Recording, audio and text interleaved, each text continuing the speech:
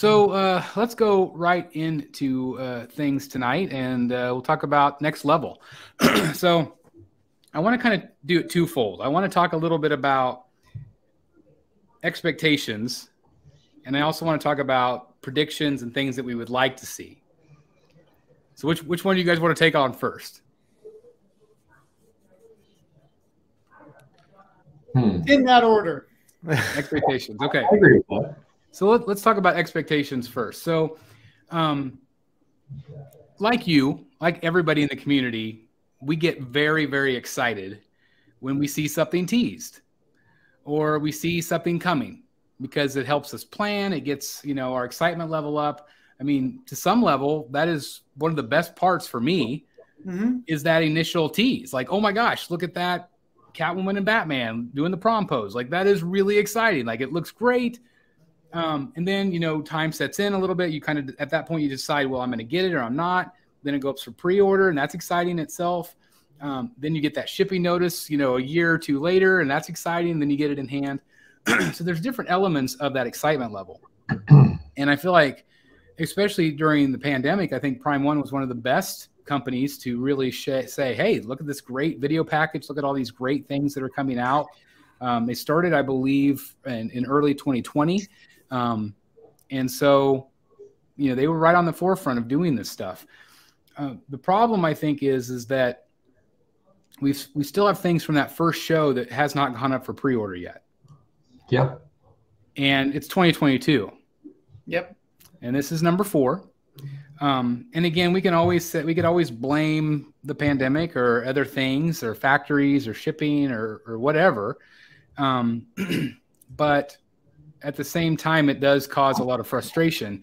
And so my question to you guys is, we know we're going to see some things that excite us, but is it less exciting because we know either A, it might not be up for pre-order for a year from now, if at all, or more. And then let's say we wait a year for that pre-order, then we have to wait 2 years to get it in hand. What does that do for your excitement level? What does it do? I want to know in the chat too. Like, what do you guys feel about that? And there's also another monetary aspect I want to talk about with that as well. So what do you guys feel like? Where does your excitement go whenever you see these presentations? I think it's a big dampener. That's for sure. I think, there's a bit of a hype train that usually comes around with these pieces. And I don't know, man, that it starts to get to be too long, I think, pre-order timing and to delivery was long enough pre-COVID. I don't blame Prime One. Granted, I have my own questions about how, launches are handled, so to speak. But, it'd be easy to say, well, how can they do another showcase when they haven't delivered on everything they've already talked about in prior showcases? Well, they've got to keep their business moving forward somehow. And, you got to keep the fresh stuff coming. So can't blame them there. Absolutely. What about the rest of you guys? Where do you guys fall in the excitement level or expectation level, I guess? Yeah, I mean, it's like what Dan said. It's like the excitement is there. It's the presentations, especially Prime One. It's absolutely amazing the job they did with their presentation.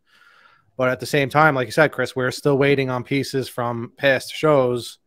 So it's like, well, I'm still excited for those pieces, but we haven't even seen them delivered yet. Yep. So it's like moving forward, it's like, I mean, how quick are you going to be to pre-order something if you're going to be waiting that long? But at the same time, like you just mentioned, well, they need to move their business forward. If you look at like Sideshow, who's been kind of like holding back releasing, pieces, it's like, what do you do? It's either you do it or you don't do it. So it's either people are going to get mad that you're taking too long to deliver, or people are going to get mad that you're not showing off enough statues during the year. So right. It's a no-win situation, I guess. But yeah, for collectors, it looks like we're waiting either way based on these shipping times. Jeff Morris, how do you feel about it? Like, you're a Prime One collector. You've got some great pieces back there. It's like a wave. It comes in and you're excited about it, and then it kind of dies. And then as it gets closer and you see some pictures of it a year or two later, you think, well, maybe I will get that. Or that's how I look at it. I don't know. I don't typically pre-order something like immediately. It seemed, you know, I kind of want to wait and see how it looks. You like to see it in hand. Yeah. Which is okay. That's okay to do. How about you, Delaney? I know that you're not much of a Prime 1 collector. Like, I know that you know, well, it doesn't have to just be Prime 1. It could be, you know, any company doing these presentations. But where's your excitement level whenever you see something like this? Yeah, you're right. I'm not really a Prime 1 collector. I have one Prime 1 piece. I don't have any on pre-order at all. I get really excited about new releases, and there's always a possibility I might order one. I still enjoy the presentations a lot, but at this point, I'm primarily Sideshow and Queen Studios and a little bit of Dark Side, and a little bit of Tweeterhead. So yeah, I still enjoy them. I understand, you know, I think Dan is right. They got to keep the wheels moving. But there are a lot of frustrated people out there wondering why stuff hasn't come up for pre-order or why stuff hasn't shipped. You know, you guys finally got that 1/3 comic Harley. Oh my God, that was a long wait. Yeah. I mean, 3+ years, which is, and I saw a lot of people in that amount of time, they said they canceled. Some people did. They told me they reordered after they saw my review. Yeah. But I felt like they lost their deposit. Or some of them didn't because there was delays. So if it's a 90-day plus delay, which God knows it was, you should get your money back. But so much interest wanes over that time where then you start second guessing yourself. Like, do you really still need that piece? I mean, let's just go. The one that comes to mind from that first showcase was the Penguin. The Penguin was teased on that first showcase. And, you know, everybody was very excited about that. And we haven't seen it till now, maybe now, which was teased, but it looks like basically a Batman Returns Penguin. I don't know if that's what it'll be or not, but it was a penguin umbrella in a cemetery, just like it was there in the movie. So, but I don't know, if you were excited about something a year ago, wouldn't it be smarter to like get it up for pre-order as soon as humanly possible to capitalize on that interest? Yeah. I mean, like, look at Prime 1 doing the Batman, an amazing figure. You know, not only the one like Dan's going to get the Jim Lee art concept, which was revealed before the actual film came out. Dan ordered that one. And then Dan was like, well, should I order the other one too? Because it's awesome. Yeah. And I'm probably going to order it, but it was up for pre-order, boom, right when the film came out. Yeah. It capitalized on the hype. And I don't know if maybe films are different than comic book versions, but I don't understand why do you think a company wouldn't capitalize when the excitement is there? I think sometimes maybe like I said with Sideshow, maybe they're waiting on the license. I know Delaney just posted in his group what J&D is doing one now too. Yeah. So that'll be interesting to see. Like, same thing. It's like they're a little bit slow out of the gate. So like, what do you do if you already ordered the Prime 1 version, or you know, who else? That was a Queen Studios version, and now J&D. You might like the J&D better. So it's like, what do you do? Yeah. So sometimes it does pay to wait to see what else is coming. I mean, it's great that we're getting all these options at once. I mean, that used to be the complaint back in the day. It was like, well, we don't get to see everything all at once. It's like, oh, we purchased this one, and then 6 months later, a year later, the same character comes out. Oh no, you like this one better. So we're getting all these options at once now. So now it's like, make your decision. But it's still tough for collectors because, like I said, it's like, where do you put your money? Which company? And then you've got XM, who only does comic-based pieces, but they seem to be shortening the window. Yep. Which is really exciting. You know, if you can order something and get it in 6 months instead of a year, that's a huge advantage. I know after talking with XM, I know after talking with Tweeterhead, both of those companies specifically have said that they want the turnaround time to be very quick. You brought up XM, and it seems like in a lot of cases, XM has started making the statue before it even is revealed. Yep. Yep. Smart. To close that gap. That's confidence. Confidence, which is just what was it? Was it the Apocalypse that they did that on? And obviously it had some controversy with the paint and whatever, but still they knew people were going to be excited about that piece. And I still think it looks incredible. Yeah. But yeah, that's confidence. You know, or even if you have a character like Batman's going to sell, Harley Quinn's going to sell. There are certain characters that no matter what, I mean, unless it looks, you know, like a turd, you're going to sell this thing. And I just don't understand like why more companies want to do that, to make the fans happier, to give the fans more confidence. But again, whenever you're talking about, and I used to always say, like, I don't care how long it takes as long as it turns out good. I'm kind of changing my mind a little bit about that, because it used to be a year or, you know, a year and a half. But when you push into 2.5, 3, and again, this was all hitting around the time of the pandemic. So it's really hard to say, is this the new norm? But if it is that still going to be acceptable for most people? And I don't think so. I don't think people have the patience anymore to wait that long. And there's so much variety too. You know what's funny, guys? You know what I don't hear talked about? It just kind of occurred to me. So one aspect of statue collecting that's different today than it was even 8-10 years ago. There's a pretty in my business, right? My full-time gig, it's we call it an installed base of customers, right? Your base of regular customers, if you will, that have your products and like and buy from you. Statue companies now have a base of customers that is pretty new, but that collect these pieces with regularity and some level of predictability. So I think your point, Chris, about if they make a Batman, it's going to sell. If they make a Harley, it's going to sell. I think you could extrapolate that out to say you've got a more predictable buying base, and this is why if you can get the license, that being say that's a given, they should absolutely be doing what you were describing, what XM just did with what was the piece you just mentioned? Apocalypse. Do that with Penguin. Do that with Riddler. Do that with Clayface, right? Because you've got an install base of buying customers that have bought Batman, Joker, Harley, Catwoman, etc. for years. Yeah. It's different now. The dynamic is different than it was when they had to do pre-orders because they had to gauge interest. They had to, guess as to how many customers. A lot of guessing is out now. Well, the thing with XM is that they're not afraid to put out low edition sizes. They'll do 300 pieces.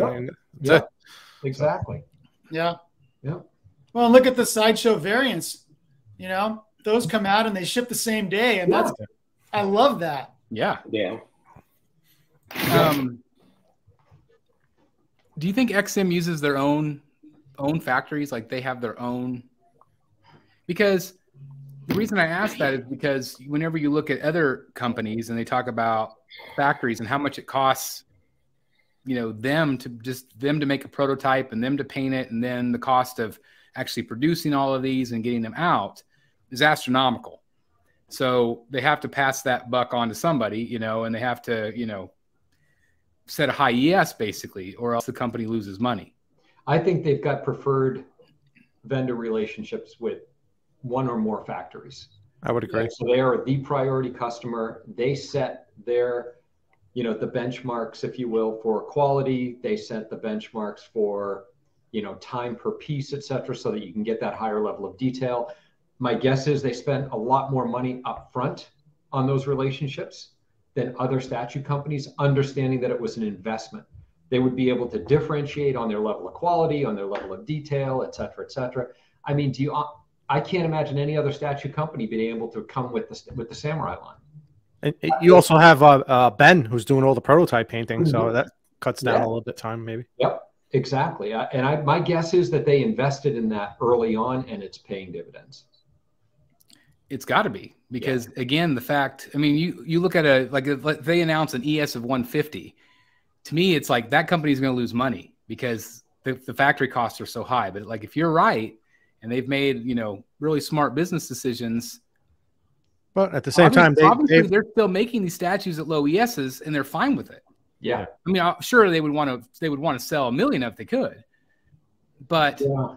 But I wonder if it frees them up though, Chris, where they know they can be profitable at a 300 to 500 ES, say, right?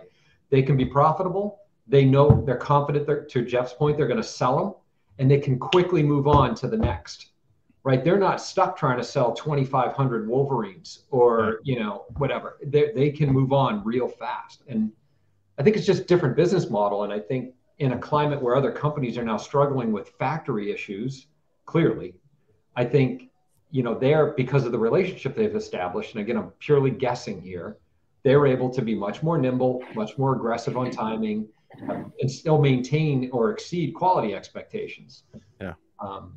They clearly are doing it differently, and I'm not trying to place them on a pedestal. I think it's just obvious that these things are generally true. Quality is great too, but they clearly have operational issues when it comes to delivery and just ops in general. Let's talk about putting them on a pedestal.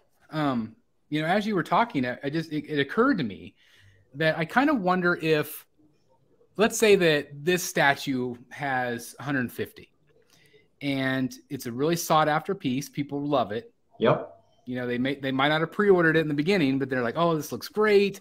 And then it becomes in high demand. Yep.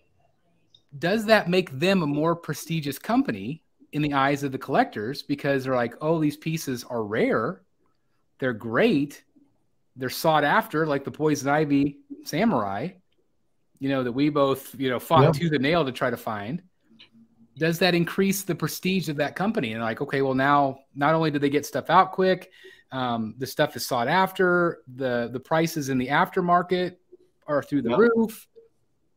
What do you guys think? I mean, to me, it makes them look more prestigious to me. I agree. That's nothing new. That's always been XM's motto is, higher, price. You're paying a premium price for these quarter scale statues. It's a lower edition size, and that's always been their motto. And I think during the pandemic, it's actually worked in their favor because they're able to, because it is a low edition size, they're able to pump through these pieces quicker through the factories, and at the same time, they're still probably making money because they've always been charging that little bit of a higher premium price, to where like other companies like Sideshow, they're trying to put out 5,000, even though they do them in batches. But I don't know. I don't know. I'd love insight on the factory relationship piece. My guess is they early on gave exclusive, had probably established exclusive contracts with 1 or 2 factories, and basically tied, gave them put them to 100% capacity when probably the factory wasn't before, right? And kind of lock them up in a good way, right? It's kind of a win-win. And because honestly, given their statues, the prices aren't astronomical. They are a little bit more, to Eric's point, granted, a little bit more, but they're not crazy. But not anymore, because now everybody's come up to that. Yeah, that's what I'm saying. It's right. It's worked in their favor because now everybody else is doing it. They've been doing it all along. Yep. And I haven't seen massive increases. Like, I mean, if this XM piece is at 1,200 and now, Queen Studios comes in and does a $1,200, I don't see XM going, well, now we're going to do 1,700. Like, I haven't seen that yet.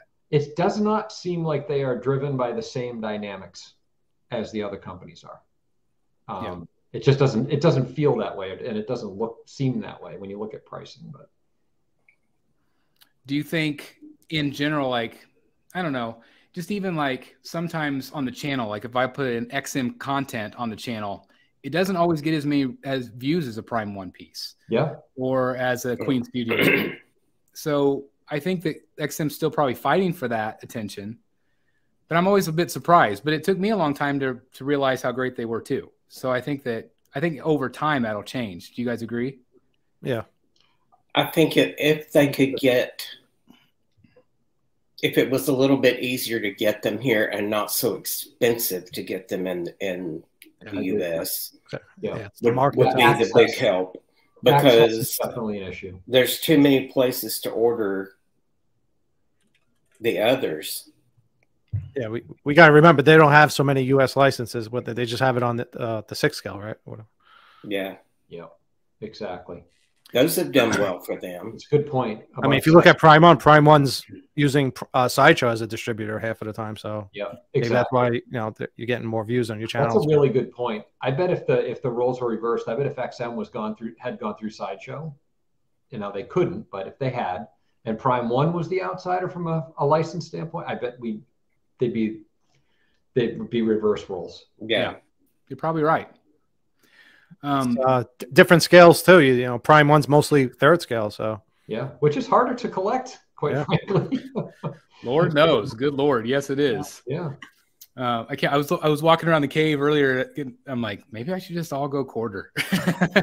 I'm doing the opposite. I might go all third. It's just it just takes up so much room. When you look at the size of these things, but grass is always greener. So the other side of that, there's been a lot of companies or a lot of fans that have accused Prime 1 of just taking people's money, sit on it, and use that interest. Do you think that's what's happening there, or do you think that's all just fan spewing? Doubt it. I doubt it. I mean, I'm sure they're taking, as a business model, I'm sure they're taking money and investing it in newer projects or just collecting interest in general. I mean, why wouldn't you? But well, and put it toward other license fees, and other things because they're always announcing new things. Sure, everybody does that. But there's another, and I don't mean to sound like the professor on this, but there's a business reality there. They cannot recognize those purchase order deposits as revenue, right? So that doesn't count toward their bottom line, and it's a liability on their balance sheet, meaning they can't, you know what I mean? That's not like just free money that they're getting and they can put it in the bank and make interest, and they're not allowed to do that. So it's not that. They're doing what Eric's describing, which is they are funding, likely they're moving it around on the books, right? It's sitting in another column, which is fund projects, but it's always a liability for them. So they have to be able to cover that from this is really boring talk. From an accounting from an accounting standpoint, they have to be able to cover that liability, right? So it's not gaining them anything other than have money to start other projects. Well, I'm glad to hear that because I didn't know that. I think that's fantastic to hear. Yeah. And again, like I have been a fan of Prime 1 since day one. Like I have loved what they've done. Well, I guess not day one because I was not a big Transformers fan, but I appreciated. What was it, Megatron? That first piece I remember seeing was just like, whoa, this is crazy. Yeah. And obviously the Arkham line sold it for me. And I still think every piece that I get, I'm amazed by the quality. I'm amazed by the presence of these pieces. And so I will continue to always be excited. But, coming full circle here is like, it does diminish the excitement level when you have to wait so long. Yeah. And I really think that would help, even though that there's going to be a 2-year wait. I still think it would help if they get the pre-orders out right soon after they tease it. Now, they're not the only ones. Like Sideshow will do that. They'll tease block letters, and a year later we actually get the pre-order. So I mean, Prime 1's not doing anything that other companies necessarily aren't. But I do feel like it just diminishes that excitement level just enough that it's like, you're maybe going to lose a sale, which stinks. And I would just think that they would want to capitalize just as quickly as possible. But anyway, so we'll move on from that. I want to talk about predictions here. I want to know in the chat as well, what do you guys predict that we're going to see? We obviously saw a few teasers, and also in the chat, what do you hope that we see on the show? So I'll start with the gallery here first. Is there anything in particular that you would just really love to see revealed on the show? Catwoman from the Batman. Oh, yeah. Okay. Third scale. A counterpart to the Batman. That seems logical. Yeah. Right. It also would increase sales of the original to me. Yeah, the Batman. If they want to increase sales, that was a tough sale. Was it $1,700, whatever ish, for that piece? All in. Yeah. All in. And so if you're thinking $1,700, like me, I haven't bit the bullet yet. Why haven't I? Well, the cost a little bit. I feel like I could maybe wait, but if they tease a Catwoman, I might be like, okay, well now I'm probably going to go ahead and order it. So I think that's a great pick, and I do think it'll sell more pieces. Anything else from you, Dan? I guess we'll start with you. probably the biggest one. I mean, you know what would be funny is if they came out with the movie Catwoman and the Hush Catwoman. And I was just going to say, like, that's what I want, Hush Catwoman. I heard you talk about that in your video yesterday, the day before, and I thought, you know, that would be cool, especially if they did something cool with the pose. Right, there is just something about that Huntress statue leaning on that wall. It's just such a great statue. I'd love something interesting like that with the new Catwoman. Do you remember the old Kotobukiya piece where she was kind of like on all fours, crouched down? Oh, sure, yeah. I would love that. Yep. I think that would be great. It doesn't have to be a high-profile piece. I think it would look great around the other Hush pieces. Yep. But they did tease her. And obviously, I think that she would be retooled because that was back when they teased the original design of the Nightwing. Yep. And of course, they scrapped that and improved it, in my opinion, dramatically. If you haven't checked out George Raw's video, please do so on the channel. And that's Raw Statue Reviews on YouTube as well. But yeah, Catwoman would be incredible, I think. Yeah. Yep. I think it's awesome. How about the rest of you guys? What would you like to see? I know Matt T just said a rehashed Arkham Poison Ivy. I think that would excite and frustrate people at the same time because obviously they had one that I had ordered and they canceled it. So I don't know. I don't know if they would ever do it. I don't know if they'll do any more Arkham pieces. That'll be interesting. The edition size on that Arkham City Batman was pretty low, if I remember right. So I can't imagine them doing any more Arkham, but who knows? Again, how about the rest of you? What would you like to see from the show? Like Dan said, I'll piggyback on that. I want to see a Zoe Kravitz Catwoman. I think that's a no-brainer. There's been a lot of talk about seeing that Cyberpunk Harley. I believe Art Germ is doing that, and I will give a shout out to member Joshua Manuel from the Batman group, collectors group. Sorry. So he messaged Clay Mann and asked about a Batman and Catwoman specific design, who he responded, it's coming. So I don't know if we'll see that during the Prime 1 event. I'll send you some pictures, Chris. Did he specifically say what company? Was he referring to Prime 1? He did not. He just said it's happening. So I did see that image. I think maybe you screenshotted it or somebody did. So that would be interesting. I would love to see another take. Obviously, Prime 1 specifically are working directly with artists, as is XM, which I think is brilliant. I'm so proud of these companies actually working with the actual artists from the comics. I think that's a no-brainer. But that would be interesting to see what Clay Mann could do. That'd be pretty awesome. Yeah. I was hoping to see like a Batman and Catwoman movie, statue, and then we just had Sideshow release that. I guess it's going to be like a 5th scale with Batman and Catwoman. But I would love to see something like that on a larger scale by maybe Prime 1 or some other company doing those two together like a diorama. I'm going to take it one step further, and we kind of talked about it in my video the other day, but imagine if, let's say we don't get a Hush Catwoman, but what if they did a Jim Lee Batman Catwoman kissing? That would be amazing. In 3rd scale. Yeah. Or the other image of them that was used on the anniversary cover of Hush, where they're not kissing, Yep. I think I would like that better. That way cool you can see them better. It's not as iconic, but it would still, I think it would still be very, very popular. Obviously, do some competition with Sideshow. So I don't know if that would, since they work together, I don't know if they would, come out with something similar at the same time. It seems to be like that stuff happens though, because it's like you get, a flow of the same character or the same thing. It seems to happen. And I think it's a licensing thing. It's always a possibility, because I was going to say there's it's an older piece, it's a smaller scale, but it's by Jim Lee, and it's a Superman kissing Wonder Woman. Yeah, I forget what cover. Yeah, it's great. It goes for a lot of money now. But who did that one? I forget who made it, but yeah, it's based off of Jim Lee's work. I remember seeing that piece cover years ago. Yeah, I've always wanted that one. That's a good one. I was reading the comments. Did you say the kissing one? Superman. It was Superman and Wonder Woman. Based off of Jim Lee. Jim Lee. So like you're saying, you never know. Like if they hit up Jim Lee and maybe we can get that with Batman and Catwoman based off of that artwork, that would be amazing. That would be. This is off topic.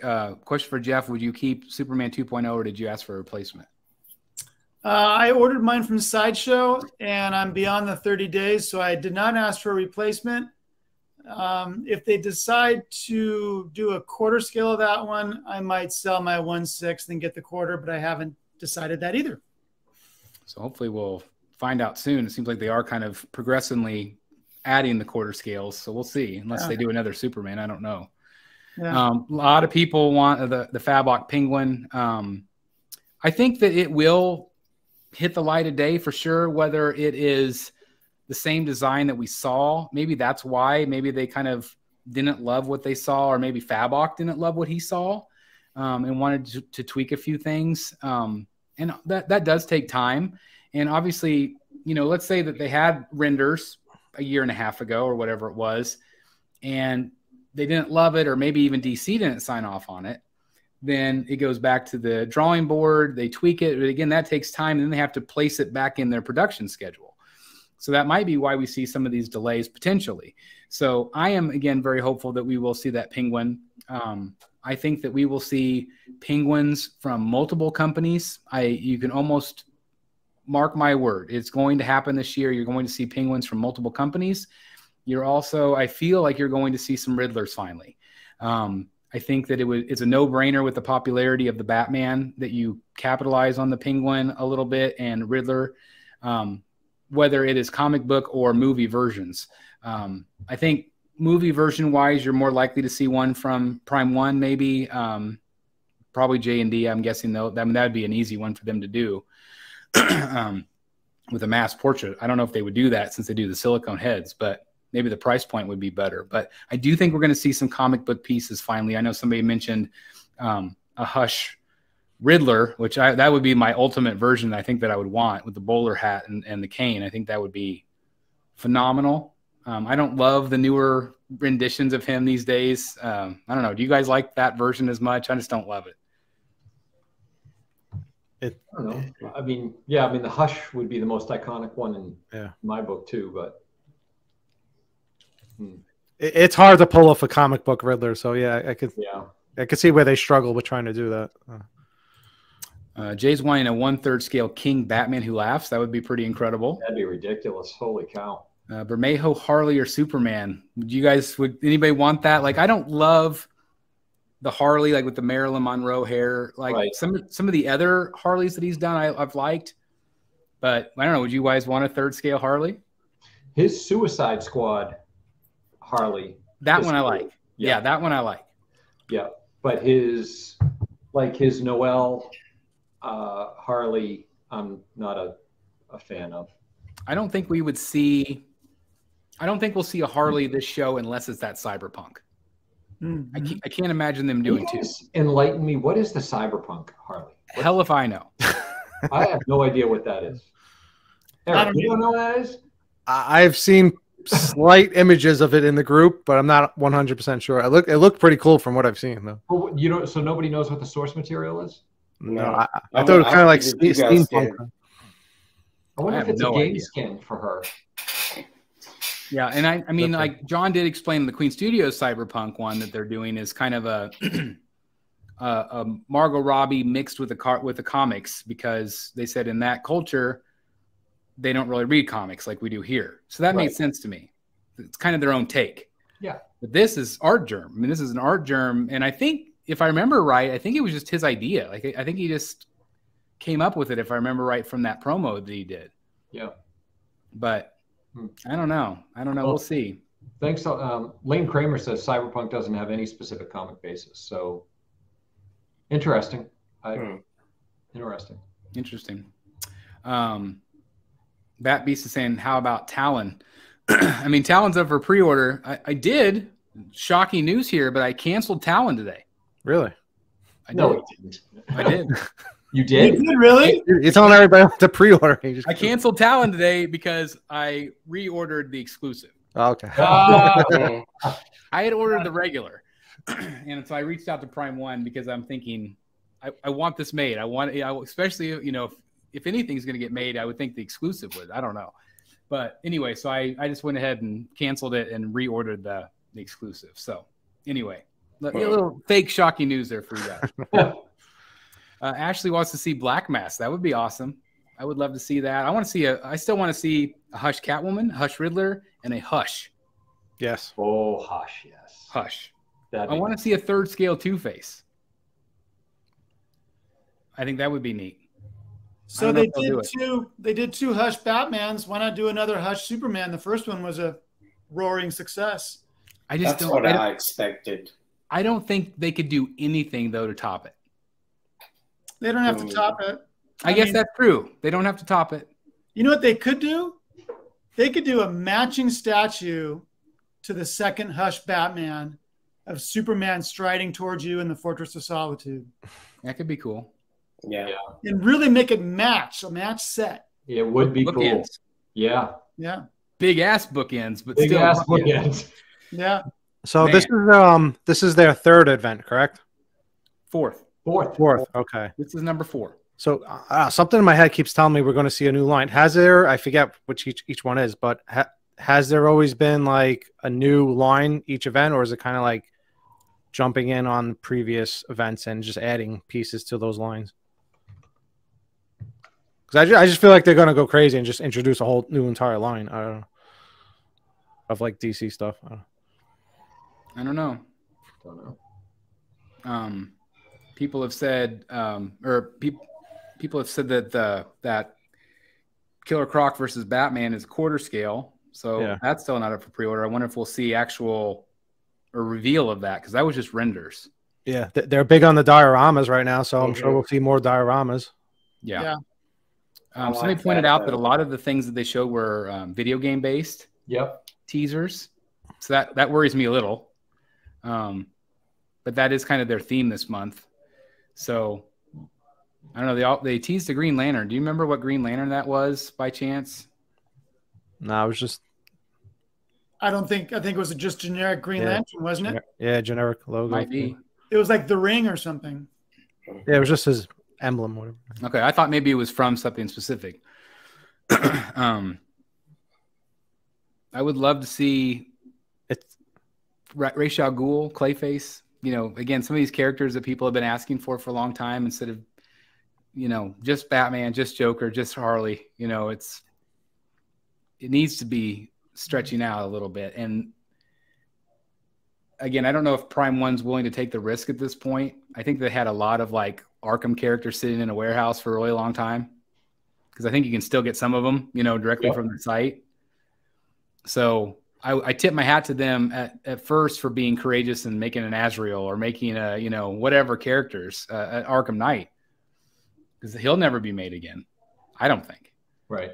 But I think they learned their lesson, so I don't think they'll take the risks like XM will, like Tweeterhead will, you know, sometimes at their own detriment, I think. But they're still giving their fans some characters that we've wanted for a really long time. A few people in the chat have said Moon Knight. That seems like a no-brainer at this point. Yeah. Moon Knight. Obviously, though, Prime One doesn't have that Marvel license, so that's the only thing, is that if they did, I mean, talk about blowing the lid off of things. If they announced a Marvel license, are you surprised they haven't gone there yet? Yeah. Can you imagine a 1/3 X-Men line? People would go bananas. They're already going bananas off of the one LBS release, the Magneto. Yeah, I mean, it's incredible. You know, Star Wars, you know, that's the same thing that Queen Studios gets asked all the time. It's like, are you going to get the Star Wars license? Which is no brainer, because they already have Marvel. So it just, if they already have that, you would think that they'd be able to get Star Wars pretty easily. Yeah. So I don't know. I definitely think Moon Knight would be something very popular if they had that, especially timing wise. Yeah. Although some people haven't loved the show. I heard today's is pretty good. I haven't seen it yet, but I've enjoyed it so far. I also want to say I've enjoyed. We're 3 episodes into Severance, so thank you guys again for. It's a little slow. It's a little slow of a show, although I feel like the episodes pick up. It just got renewed. Did it really? So season 2, huh? Yep. All right. Well, I think there's 9 episodes, so I've got 6 more to go. So we'll see. But I've enjoyed it so far. It's very interesting. Great show. Oh, look, Lane Kramer, a long Halloween series would be incredible. Yeah, it would. Do you think Tim Sale's art would translate very well, though? In statue form? I just don't know. I'm not a big fan of it. I love the story. Yeah. I think Batman the Animated Series in quarter scale or third scale would do better than a long Halloween series would. I think. What do you guys think? Do you guys agree with that? Yeah. I think they'd have to do something interesting with it, Chris. You know what I mean? Rather than just, static kind of poses. Are you talking specifically with animated series, or are you talking about? Yeah. Yeah. Yeah, it'd have to be dynamic. Right. They'd have to do something different than what's been done. How about doing some sort of big diorama like Batman Sanity, but with animated series? That'd be interesting. Yeah. Big battle. So they did give us they gave us one Batman logo. It was the everybody thinks it's the final Batman, whatever it's called, the final suit from Justice League, which is basically like a giant mechanical suit, but it has wings on it. So I don't know if that's something they would do. Pretty neat. Paulie, this is one that I would love, the Alex Ross. Yeah, that'd be cool. And I still, one of my favorite pieces was that old DC Direct Alex Ross piece that I used to have. I always wished it was bigger. Then they made the mini one, but I don't know. I think I would be okay with those being static. I don't think you need it to be anything other than, even if they did just Batman, Superman, maybe Wonder Woman, and called it good, I would be okay with that. I would love an Alex Ross Batman. Yep. I've seen some incredible customs over the years that have been very, very good and really captured his style. So my guess is the license would be very expensive. Yeah, I'm sure. Well, before we move on, anything else that you guys would love to see on the show? I feel like a lot of people are kind of feeling the same type of things that they would like to see. Yeah.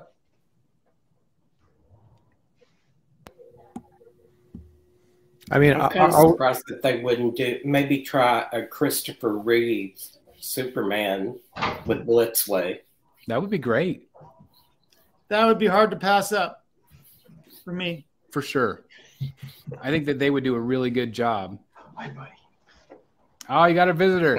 I have a visitor. Indiana Jones. Yeah. There you go. I hear my dog's barking. I love it. Anything else you guys want to talk about with this topic before we move on to topic 2? Let's move on. Okay.